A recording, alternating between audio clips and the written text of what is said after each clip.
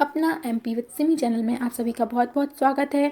आज हम एमपीपीएससी की मेंस में जो हिंदी सब्जेक्ट है उसमें एक टॉपिक है जिसमें बहुत से पत्र हैं, परिपत्र, अर्धशासकीय पत्र, टिप्पण, पृष्ठांकन, ये सब कुछ अनुस्मारक भी है। तो ये मुझे टफ लगते थे तो मुझे लगा कि आपके लिए भी हेल्प करेंगे। तो चलो जल्दी से हम परिपत्र समझ लेते हैं। मुश्किल से 2 मिनट की वीडियो होने वाली है, आपको समझ में आ जाएगा और आपका एक टॉपिक कंप्लीट हो जाएगा। तो चलिए स्टार्ट करते हैं परिपत्र के बारे में। तो जो परिपत्र होता है वह एक गंतव्य के साथ अनेक गंतव्य तक फैलने वाला होता है, अर्थात बहुआयामी होता है। ये तो गई परिभाषा, चलो अच्छे से समझ लेते हैं। जब कोई पत्र किसी कार्यालय के मुख्यालय द्वारा एक ही सूचना को एक साथ कई कार्यालयों में भेजता है, मतलब कि आप ये समझ लीजिए कि जब एक बड़ा मतलब उच्च स्तरीय कार्यालय एक ही सूचना को एक साथ बहुत से अपने से छोटे कार्यालयों को भेजता है तो उसको परिपत्र के रूप में भेजता है। आया आपको समझ में? तो परिपत्र होता है जब कोई एक पत्र किसी कार्यालय के मुख्यालय द्वारा एक ही सूचना के साथ एक साथ कई कार्यालयों को भेजा जाए तो परिपत्र है। अब परिपत्र के लिए अपन को क्या क्या करना पड़ता है? यह उच्च विभाग के द्वारा भेजा जाता है। तो अगर आप बड़े अधिकारी हैं तो आपको संबोधन देने की ज़रूरत नहीं, लेकिन औपचारिकता बस हम महोदय यूज़ कर सकते हैं।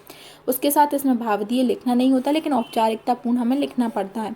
और इसमें अधिकारी की सील और हस्ताक्षर होते हैं, बाकी इसमें कुछ नहीं होता है। शेष शासकीय पत्र की तरह होता है।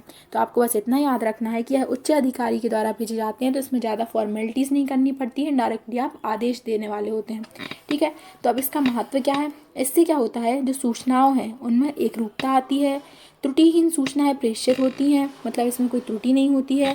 श्रम, समय और व्यय, लाघव तीनों गुणों से संपन्न होता है, क्योंकि एक ही पत्र हम इतने सारे विभागों को भेज रहे हैं तो हमें ज़्यादा लागत भी नहीं लगती, श्रम भी नहीं लगता, व्यय भी नहीं लगता।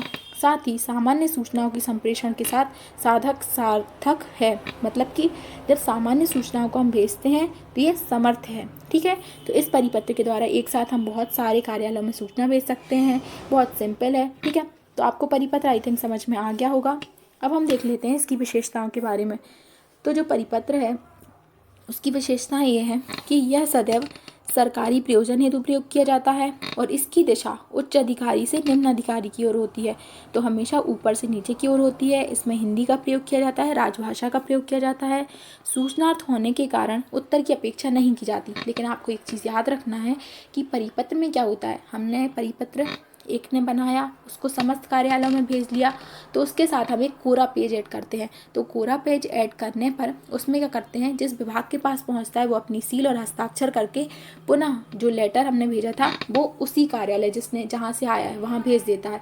तो ये इसलिए होता है ताकि आप उन्हें एहसास हो जाए कि पत्र उनके पास आ गया है, उनने पढ़ लिया है, तो उसको एक्नॉलेजमेंट के रूप में हमारे यहाँ भेज दिया जाता है। तो चलिए परिपत्र के प्रारूप के बारे में समझ लेते हैं। जो परिपत्र का प्रारूप होता है उसमें सबसे ऊपर क्या रहता है, विभाग का नाम लिखते हैं। जैसे कि खाद्य मंत्रालय विभाग नई दिल्ली इसने बनाया तो विभाग का ऊपर नाम दे देते हैं, फिर क्रमांक संख्या दे देते हैं और यहाँ पर दिनांक। अगर आपको दिनांक यहाँ ना लिखनी हो तो आप दिनांक नीचे भी लिख सकते हैं यहाँ पर। तो मुख्य प्रारूप में बहुत अच्छे से बता दूंगी, लेकिन आप सिंपल, अगर आपको टाइम नहीं है तो आप छोटे में इस तरीके से लिख सकते हैं। क्रमांक, प्रति किसको लिख रहे हैं, विषय किस लिए लिख रहे हैं, संदर्भ में समस्त किस किस को आप भेज रहे हैं, फिर महोदय के साथ आप अपना पैटर्न शुरू करेंगे, फिर हस्ताक्षर, अधिकारी का पद और मंत्रालय का नाम, और यहाँ पर संलग्न लिखते हैं। तो इस तरीके से छोटा सा प्रारूप है, आपको समझ में आ गया होगा। चलिए हम बड़े में देख लेते हैं। तो देखिए इसमें सबसे पहले क्या होता है, परिपत्र के प्रारूप में हम यहाँ पर विभाग का नाम लिखते हैं, साथ ही साइड में यहाँ पर प्रभाग की संख्या, जैसे 332/18 ऐसे कुछ करके। फिर यहाँ पर प्रेषक भेजने का नाम, का खा गा घा, पद नाम और विभाग, तीनों चीज़ लिख दी। फिर सेवा में हम बहुत सारे लोगों को भेज रहे हैं तो समस्त कार्यालय अधिकारी, समस्त राज्यों के कार्यालय, ऐसा कुछ करके। फिर इसी के बाद आ जाएगी दिनांक, अच्छे से याद रखना, इसके मार्क्स कटते हैं। फिर विषय, फिर महोदय, फिर मुझे यह कहने का निर्देश प्राप्त हुआ है कि, तो आगे जो कुछ आपको कहना है वो कह दीजिए। फिर भावदीय, हस्ताक्षर, पदनाम, विभाग, उसके बाद संलग्न, हम किस किस को भेज रहे हैं उनके नाम आएंगे। फिर प्रतिलिपि, अब इसके बाद इनके विभागों की प्रतिलिपि, उनके छोटे जो विभाग हैं तो फोटोकॉपी करके भेज देते हैं। तो प्रतिलिपि निम्नलिखित को सूचनार्थ आवश्यक कार्यवाही हेतु प्रेषित, तो उनको जिनको भेजना है उनको भेज देंगे। और मैंने ये याद करने के लिए रख लिया था कि पीछे एक छोटा सा पेज लगा देते हैं जिसमें विभाग, हस्ताक्षर और सील लगाकर पुनः जहाँ से वो पत्र आया है वहाँ पर भेज देता है। तो ये आप स्क्रीनशॉट ले सकते हैं। ये पूरा प्रारूप है किसका, परिपत्र का। तो आई थिंक आपके 10 मार्क्स या जितने मार्क्स का ये आता है वो कंप्लीट हो गया होगा। तो आई थिंक आपको प्रारूप लेखन समझ में आया हो, ये सॉरी परिपत्र का प्रारूप समझ में आया हो। Thanks for watching. और जल्दी मंडे को हम लाइव आएंगे और आपने लाइव में बहुत अच्छा रिस्पॉन्स दिया है। Thanks for